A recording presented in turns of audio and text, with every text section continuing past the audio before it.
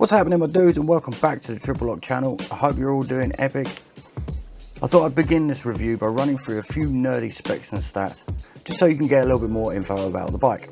So to begin with, let's start talking about the elephant in the room, which is the famous Boxer engine. It is a 1170cc liquid partly air-cooled Boxer twin.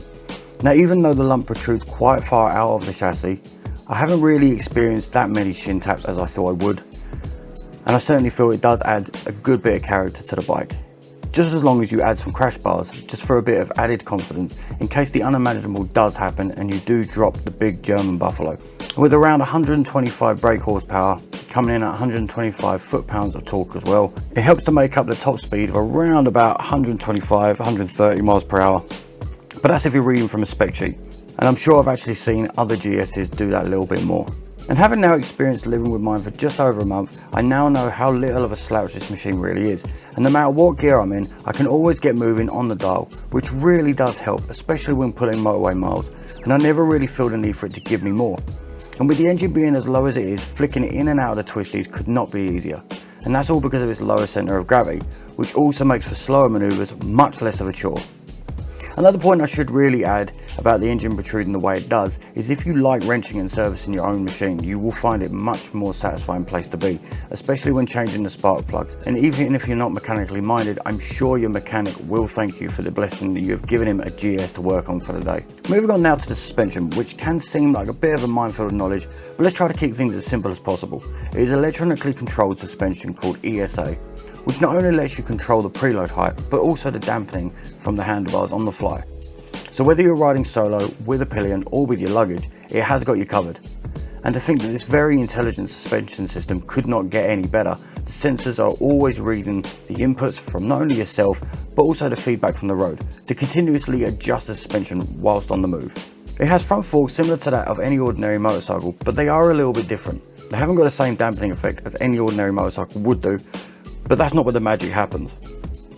The magic comes from the separate telelever monoshock unit which sits behind the forks, which dramatically reduces fork dive, which at first I wasn't sure I would like, but the more I push this bike through the twisties, the more it actually starts to make sense. It really is just epic. That means that your steering inputs and suspension will be on the dial as and when you need it, through every little twist and turn. And the rear shock is also an ESA unit, which is an incredibly smart bit of kit where most of the electronic adjustment is taken care of. So that's where it will make the adjustments for your pillion, for luggage and yourself. So let's quickly talk about the brakes, because there isn't much to say other than they are superb. Except for the rear brake, which could be a little bit more on the stronger side, but that can all be forgiven when you really need to lean on the front brakes. Being paired with two 305mm disc, 4-piston radial Brembo calipers, and also being paired up with the ABS, it really can put the anchors on when you need them to. Now moving on to the rubber, my GS actually come with the Michelin Anarchy 3s, which are a great tyre, with the front tyre size of a 120/70/19 and the rear 170/60/17. With these tyres I haven't found any dramas to write home about, but I have found that the feedback from the centre line of the less commonly touched part of the road to be quite profound. But that's only a very small gripe. But I've also been told that that could be from the 19-inch front wheel, which is actually felt on most ADV bikes.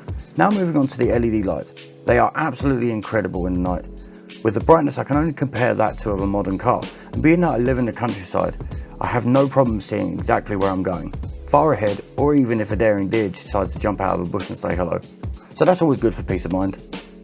Talking about the luggage, my GS actually come with the Vario panniers, which only protrudes just as wide as the handlebars, and it really is an easy luggage system to get used to. They're not too heavy, they're not too cumbersome, and I can definitely throw the bike around easy enough, even fully laden with extra weight in them. And with a great way of extending them with the grab rail inside, I'm never short of any space for a longer trip. The dash and handlebar setup is an exceptionally nice touch, with everything you need at a touch or a slide of a button, and all in the convenient places. Whether it be the rider modes, ESA, heated grips, cruise control, and even the jog wheel which controls the sat-nav, it all works just well. Personally, I get along with the placement very well, and the handlebar guards also make for a nice touch too. But my only gripe with the placement in the dash area would actually be the windscreen adjustment. If only it was on the left side, it would probably make a lot more sense, but that is really only a minor gripe. And one last little note, for added comfort and confidence, the seat height is adjustable with a low and a high adjuster underneath the seat and also with a tilt lever. So even if you're a moderately vertically challenged rider just like myself, you shouldn't have too much of a drama.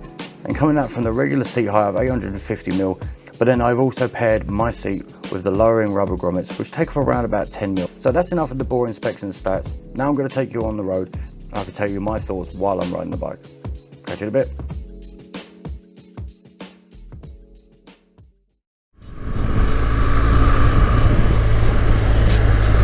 Alrighty, so what's it like on the road? To be honest, it's been an absolute dream come true for me. And you know, the reason why I say it is because it does a little bit of everything.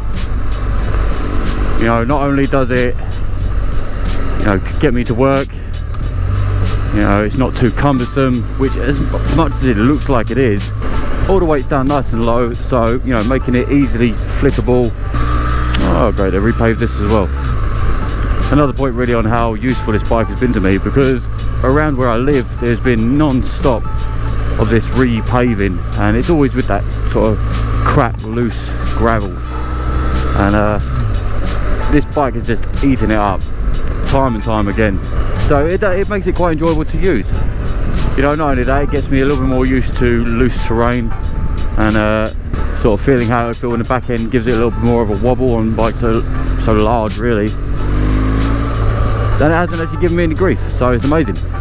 And also because I plan on doing a lot more long trips and visiting people sort of around the UK, and then eventually sort of branching out, going a little bit further, heading off around Europe, as when, I don't quite know when, you know, when I sort of brave it, and also when sort of financially it becomes viable to be able to do so, then I will. So that'd be awesome. I'm thinking, you know, Spain, Italy, Germany. Definitely want to head over to the Autobahn, take my lovely Gretchen here back to her home country. Oh yeah, in case you guys didn't know, yeah, that's my bike's new name, Gretchen. Thought it seemed strangely apt. It sounds like a very German name, doesn't it? I'm sure I'll be correct out there, it is not actually a German name, so, you know, no offence is supposed to be taken on this one. Anyway, I digress. So also really for the channel it's been great, because, you know, I've got plenty of places to, you know, hitch up my cameras, you know, with all the bars, you know, the lower bars and the grab rails at the back. So that's been awesome for that. It just does a little bit of everything, or a lot of everything, but master of none, if that makes any sense. And so for that, really it is an epic bike.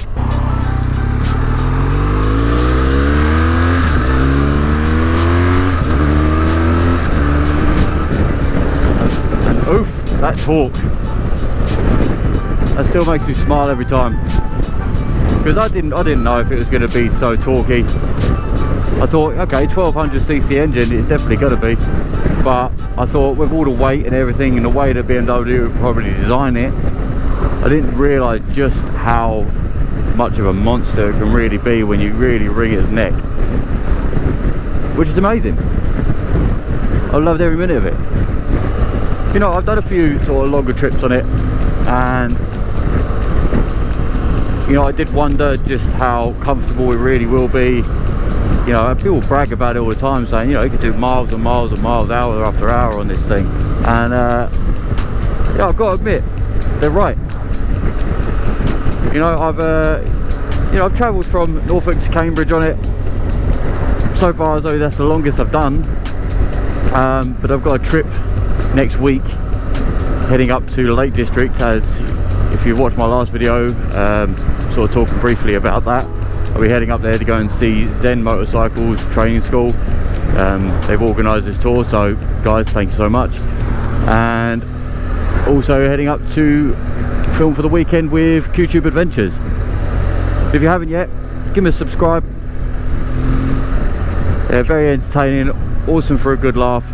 And if it wasn't for him, I wouldn't actually be going on this trip anyway, so thank you, dude. And I'm very much looking forward to seeing you next week for that, finally meeting you in person and the rest of your gang. So my first stop will be in Stockport, so that's about a 4-hour ride, 4.5 hour ride. Probably stop for a break or two in between, and then from Stockport heading up to the Lake District, to where we'll be staying at, and then I believe we will be touring the lake the next day, and then over to of the Yorkshire Dales, so that'd be cool. So yeah, that should really help me get to know this bike that little bit more. I mean, I've commuted on it every day and I've very much avoided taking a car, because I mean, shit man, you got a bike, the last thing you want to be doing is taking a car.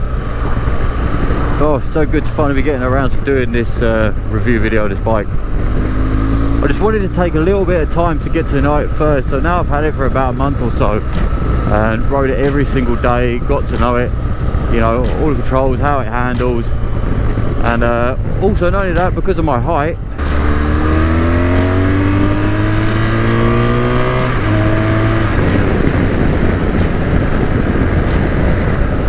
my god, this thing picks up. And anyway, I digress. What was I saying? Yeah, because of my height, obviously I've had to get used to the different stance of it and sort of see how well it flicks and does its thing. And as you can see, very, very capable. Obviously, once you have the luggage attached to it, you do have to remember, obviously, the extra width, but realistically, you know, it doesn't poke out any more than the handlebars.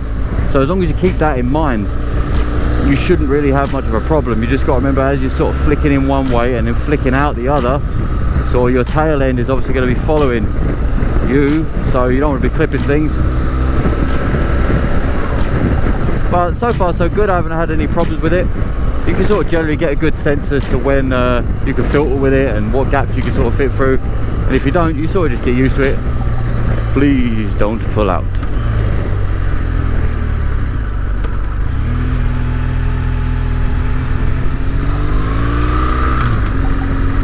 And I thought, really, going from the Street Triple, which if you remember these roads on my Street Triple review, if you hadn't seen it, I'll pop it up top, watch it at the end. You'll remember me taking the Street Triple down these roads to demonstrate sort of how easy it sort of flicks and whatnot. And I've got to admit, yes, I did love that Street Triple very, very much. I do feel that this is actually really way more capable. I know, it sounds like a bit of a sin to say that about a Triumph, but this bike fills me with so much confidence. You know, for such a bike that's so large.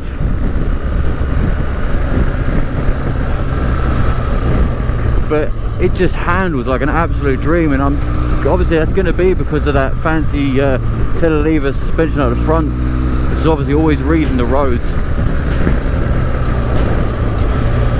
But this bike really is sort of a point and shoot sort of bike, really.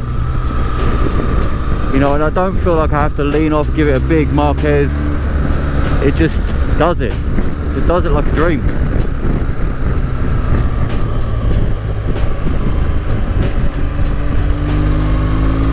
And I see why people actually, not only do they take them on, you know, adventures and touring and off-road and things like that, but they also take them on racetracks.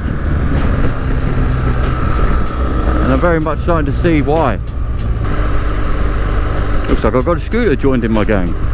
Who knows, maybe this is what the future will look like one day. You know, except the guys, oh, hopefully taken out, we'll have L plates. And I'm guessing you know, he's obviously got his full license or his A1.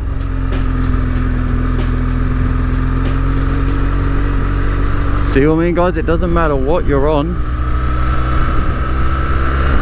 Joy can be found on any motorcycle.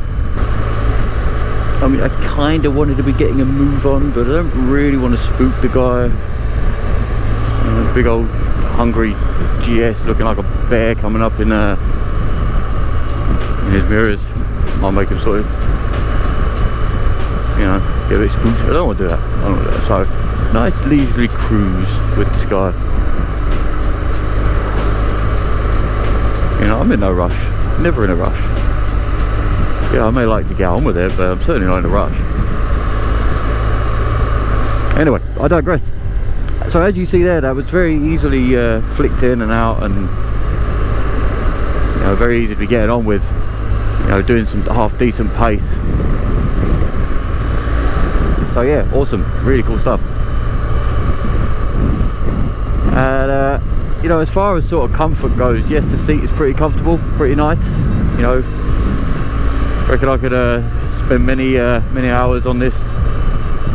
The suspension itself takes in so much of the drama from all the roads. You know, it's always sensing what's going on, and it senses your inputs.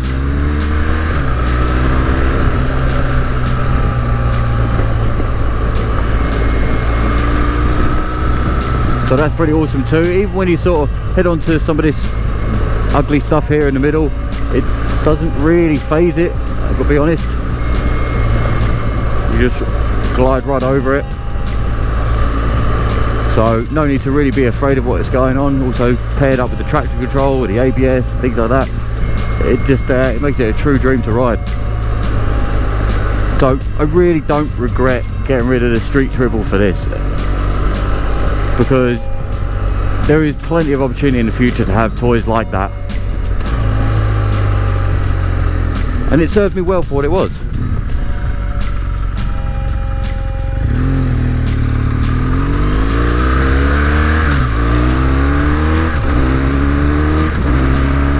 My god, this thing picks up speed quick. You know, it's funny, I've said before in my street triple video of how connected I felt to that bike, and it's funny, I feel very much the same way about this one. You know, obviously it took a little while to get used to, but as soon as I got used to it, it was like,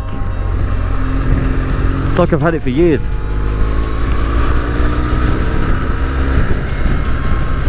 You know, I was so worried, you know, before I got it, what would I, how would I deal with the height of it and things, and you know, to be honest, I've had no dramas. Obviously when I stick it, the suspension up a little bit more, it just change things a bit. Obviously it raises the height up electronically.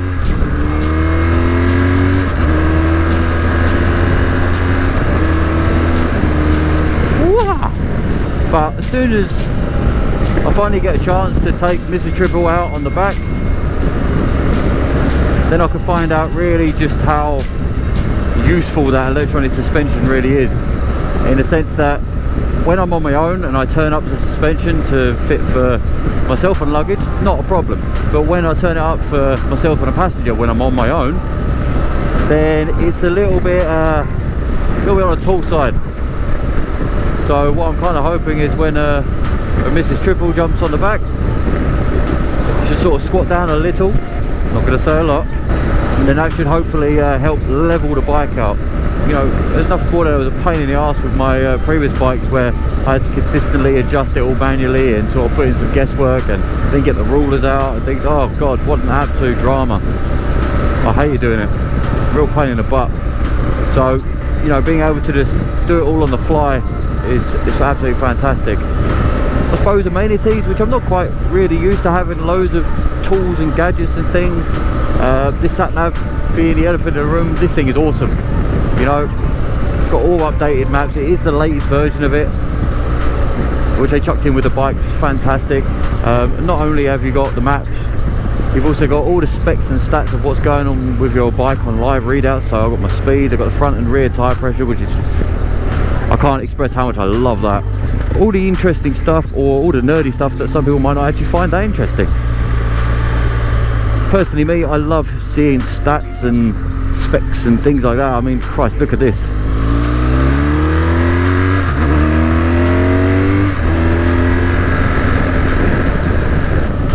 My god, that does it with ease.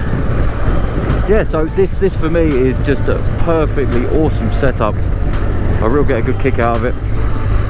And I suppose other sort of little tech whiz and gadget things, and is this cruise control, which if you haven't used cruise control on a bike before, it's actually quite a luxury to have. Oh, looks like a fellow friend. Yes, nice GS. And you know, you just stick it on by this little button here, and then away it goes. Obviously, you know, be careful of traffic.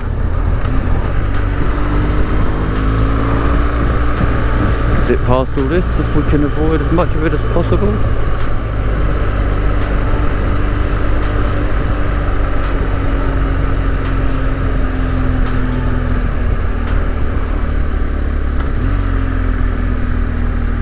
About there will do just fine. Oh, more bikes out today. Love it.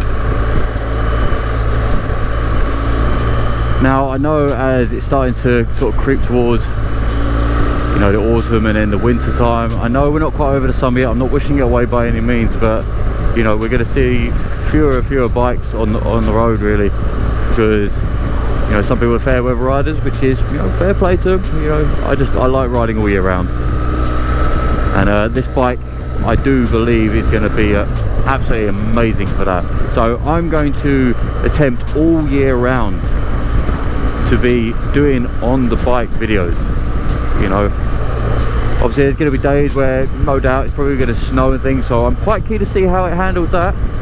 So if anybody has ridden in the snow in a GS, please pop it down in the comments below. I'd love to hear all about it, so I can see many years, or at least many years of good fun with this bike. And I think, you know, when the time's right, then I'll possibly look at upgrading.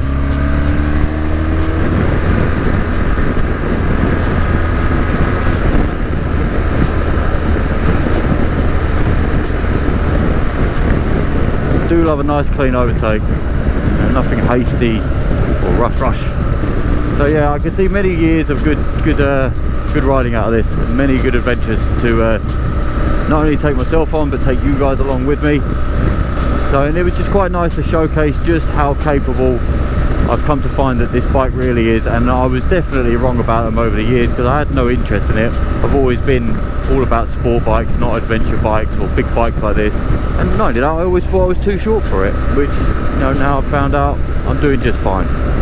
Alright guys, if you like what you're seeing, hit that like and subscribe. Let me know how you're getting on. Let me know what you think of the bike. If there's anything you think I missed about it that I should know about, hey, I'm only human. I can't get everything perfect, but what I do try is try to give you a realistic, you know, everyday man's perspective on these things. So if there's anything I missed, pop it down in the comments below. I'd love to hear all about it. So yeah, I will catch you on the next one. Peace out, my dudes.